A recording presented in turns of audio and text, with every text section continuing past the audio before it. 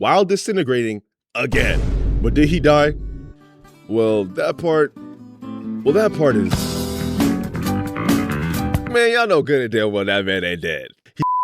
Death, one of the most undefeated concepts in all of existence. It seems like no matter how strong you get, no matter how fast you run, no matter how hard you think, death always seems to get the better of you. But some characters in anime, I don't know if they got a restraining order on death, or if they're just allergic to it, or what's going on. But they just refuse to die. But without further ado, let's get into it. DJ!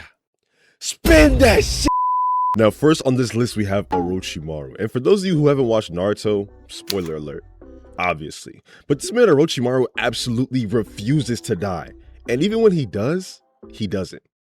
Okay, let me explain. The first time he was supposed to die, he was literally in a tug of war for his soul with the Grim Reaper himself, and somehow got away with only losing his arms. Perfect. Now that in and of itself should already justify his place on this list, but as LeBron once said, he ain't go two more for y'all. Because we flash forward to Naruto Shippuden and see Orochimaru dying of shinobi cancer in his hideout. His body was rejecting him and he was slowly decaying. And being the good student that he is, Sasuke just couldn't bear to see his master wither away like that. So he decided to give him a shinobi's death, aka death by sneaking. So he shot the Shidori true spirit through the door, but Orochimaru was not about to go out like that. And Sasuke didn't waste any time, popped that curse mark and prepared for battle. And Orochimaru wasn't playing either, popped his awakening and summoned his true form. And why he look, I ain't gonna lie, get that thing off the road, please. But they got to boxing and I'ma just say y'all the trouble, bruh. Orochimaru got laid out. Yeah, light went out of his eyes and everything, bruh. He even got the honorary flashback just to really put the nail in the coffin. So it's safe to say that man was dead. Like, completely dead. Or at least he would be if the title of this video wasn't the most unkillable characters. Because dying wouldn't be very unkillable of him now, would it? And that brings us to his second death. So the scene starts with Sasuke fighting Itachi. He just launched his trump card Kirin and was getting ready to celebrate his victory over his big brother. But Big Brody had one more trick up his sleeve, so he summoned his Susanoo and suddenly Sasuke's money line was starting to look a little bit scary. And seeing that Sasuke was on his last legs, Orochimaru was whispering in Sasuke's ear like the Green Goblin mask, egged him to use his power like a One Piece fan egging you to read the manga. I am said One Piece fan, go read the manga. And with no strength to resist, Sasuke was powerless to stop Orochimaru from exploding from his insides. You know, you would think that as I was typing that line, and then after I read it out loud, I would be like, okay, maybe that's not the greatest idea. You know what, bro? It doesn't even matter, bro. Let's just get back to the video. But with Orochimaru now back and stronger than ever in his Hydra form, the showdown began. And I know Orochimaru was geeked as hell on the inside. He had two prime Uchiha bodies battered and bruised right in front of him, ripe for the taking. So he charged in and got to scrapping. And sensing that his victory was near, he had to pop out for the cameras, bruh. Came out the snake's mouth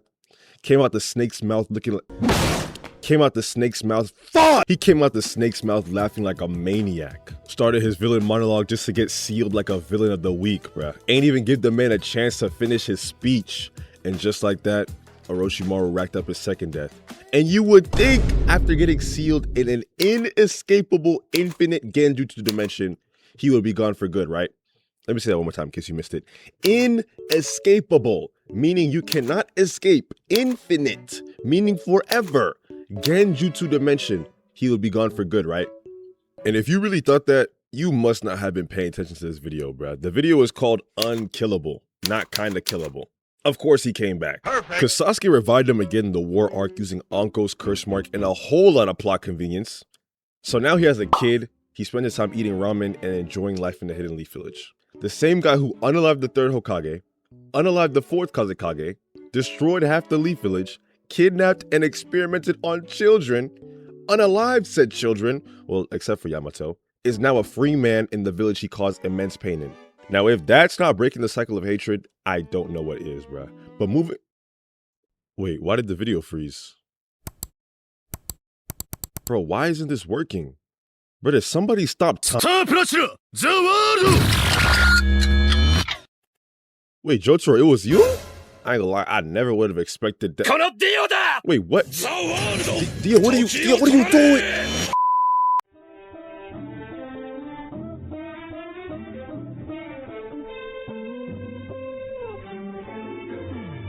Hello there, my dear viewer. This section is just here to serve as a quick breather before our next entry and a chance for you to get your verse of the video. Just give me 45 seconds, bro. Just 45 seconds. All right, you can literally time it, okay? And we can get back to the action. Ready? Go. So our verse for today comes from Matthew chapter 6, verse 33. And it reads, "Seek ye first the kingdom of God and all his righteousness, and all things will be added unto you." So what does this mean? It means you have to seek the kingdom first and its righteousness. Righteousness meaning being right with the law. So essentially, keep God first, follow his laws, and all things will be added onto you. Not some, not most, all things. All things good. And sometimes everything you want is not good. So make sure you mind that difference, because that's a very important part. But yes, that wraps up the verse of the video. Let's get back to the action. DJ, take us back, will you? Yes, because you can't make an unkillable video without talking about Dio, bruh. Now, before y'all start running to the comments talking about but he did die, shut up! I know he died. I watched the damn show. But even though he did technically die, I still think he has a right to be in this video. So let's get into it. So the scene starts with Jojo. Medic! Oh my gosh. So the scene starts with Jojo confronting Dio in the Joestar estate. And Dio was really going for that gaslighting gold medal with this performance. He was out there crying, begging Jonathan to let him turn himself in, and really making himself look like a lost soul. Mind you, Jojo just found out that Dio poisoned George Joestar, who is not only Jonathan's biological father, but also Dio's adoptive father, who raised him with nothing but love and the utmost care. And he is sitting here trying to convince his son that he was wrong in his ways. Well, no shit, Sherlock. But before Jonathan could fall for Dio's act,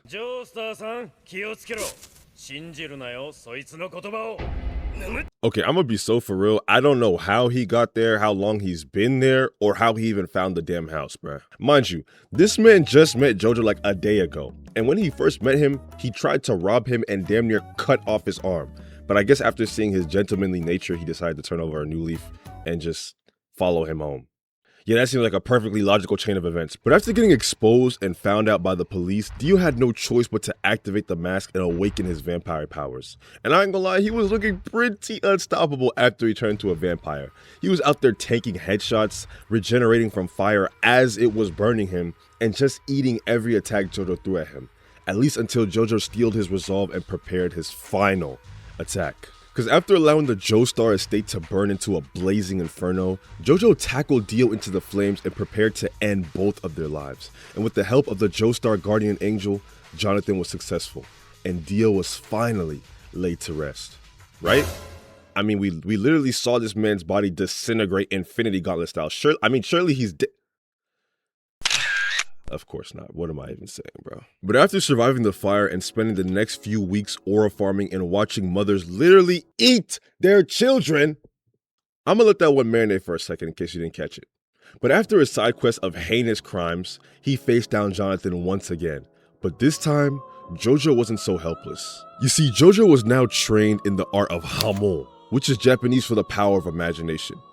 Okay, stop. I know it's the ripple and I know it's the power of the sun, but let's be so serious right now. Jojo would really sit here and tell you hamon is the power of the sun and then proceed to walk on water.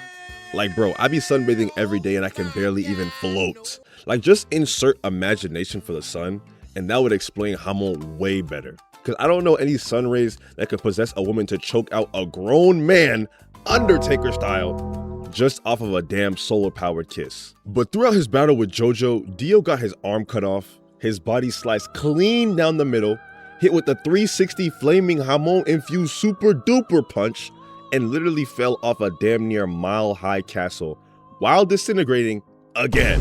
But did he die? Well, that part is... Man, y'all know good and damn well that man ain't dead. He survived as a floating head and stowed away on Jonathan's ship to America. And I'm gonna be so serious, as evil as he is, Dio's hate for Jojo is low-key kind of inspiring.